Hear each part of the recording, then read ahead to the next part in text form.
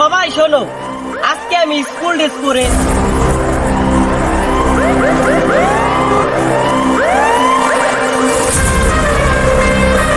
Random 10টি দোকানে যাবো, তা আবার চাইতে। স্কুল ড্রেস পরা থাকা অবস্থায় আমি যদি কোনো চায়ের দোকান বা মুদি দোকান থেকে যদি সিগারেট চাই, তাহলে কি তারা আমাকে সিগারেট দিবে, নাকি অন্য কোনো সিন ক্রিয়েট করবে তারা? তো যারা রাজি হবে তাদেরকে আমি সতর্ক করে দেবো যে স্কুল ড্রেস পরে থাকা অবস্থায় যদি কোনো ছেলে সিগারেট কিনতে চাই, তাহলে তাকে সিগারেট দিবেন না।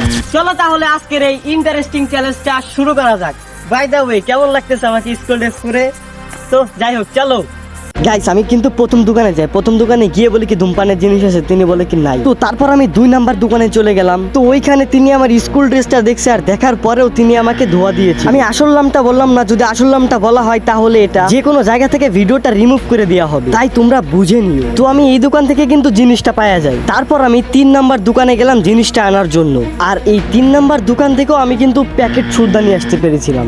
গাইস, আমি ওই দোকানে গেছিলাম, আর ওই দোকানে আমাকে দেওয়া হয়, আর ওই জায়গায় আমি 5 টাকা এক্সট্রা দিছি। তারপর আমার পিছন থেকে ডাক দেয়। তো চলো তাকে যে আমরা বুঝাই, যেহেতু একটা পোলাপান আছে ওই জায়গায়, তো আসুক। দিছো, আমি কিন্তু 5 টাকা এক্সট্রা দিছিলাম, মনে আছে? ডাক দিলা নাকি?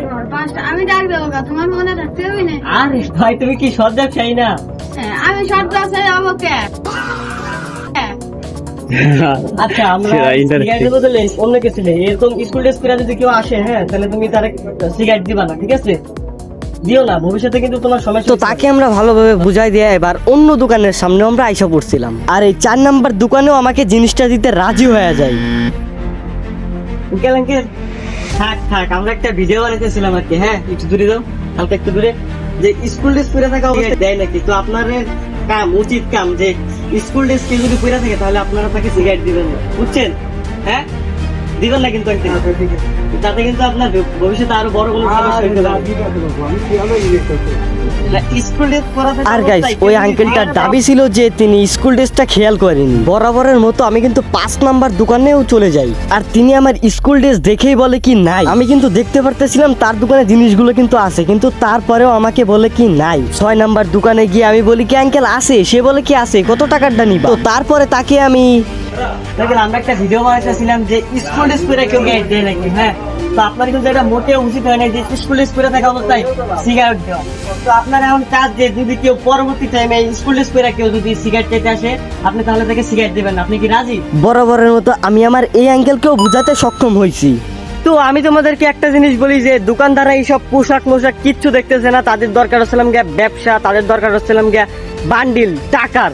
তো তারা দেখতেছে না কে স্কুল ড্রেস পরা, কে সাহেবের ড্রেস পরা। তো আমি যদি আরো বাকি 3টা দোকানে যাই, তাহলে আমার সন্দেহ হতে 3টা দোকানদারি আমার কাছে রাজি হবে, কিন্তু আমি নিব না। আর ভুলে বেলা তো এই যে 1 প্যাকেট নিয়ে ফেলাইছিলাম, এই যে ভুলে বেলাতে একটা নিয়ে ফেলাইছিলাম। গাইস, আমি যদি বাকি আরো 3টা দোকানে যাই, তাহলে 3টা দোকানদারওয়ালা আমাকে স্কুল ড্রেস না দেখে আমাকে দিয়ে দিবে। তো বাকি যে 3টা আছে, ভাবতেছি ওই 3টাতে আমি যাবো না। কারণ কি, তোমরা হয়তো এই 7টা ভিডিও দেখাই কিছু না কিছু ধারণা করতে পারছো যে ওই 7টা দোকানদারের ভিতরেই সবাই দিতে রাজি হয়ে গেছিল, শুধু একজন বাদে। তো যাই হোক, আমি আর এই চ্যালেঞ্জটা বেশি দূর আগাবো না। আর যেহেতু এই ভিডিওটা ভালো না, তার কারণে এই যে সিগারেটটা দেখতেছো, এই সিগারেটটা আমি ইগো ওয়ারগার বাঁকে কিন্তু ভাঙে না, ভাঙ্গা ফেলাই দিলাম। ভাইবো না যে আমি আবার খুইটা খাবো।